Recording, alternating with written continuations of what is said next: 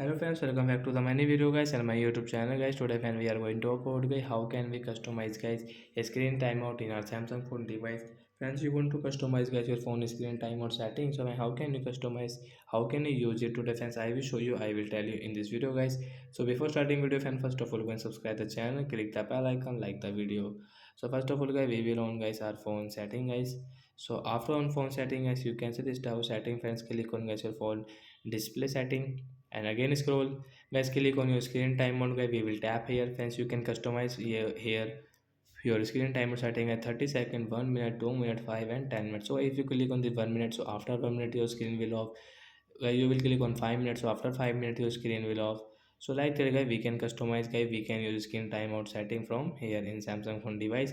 So bye bye friends, thanks for watching the video guys. I hope friends you have understood how to customize screen timeout in Samsung phone device.